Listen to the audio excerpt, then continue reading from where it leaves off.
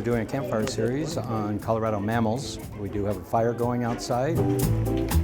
We started out with s'mores, and we're talking about mammals. Oh, by the way, what is a mammal? We'll be teaching about what a mammal actually is. We'll be looking at some skulls and how we can identify them. Eyes on the side, run and hide. Eyes in front, I'm on the hunt.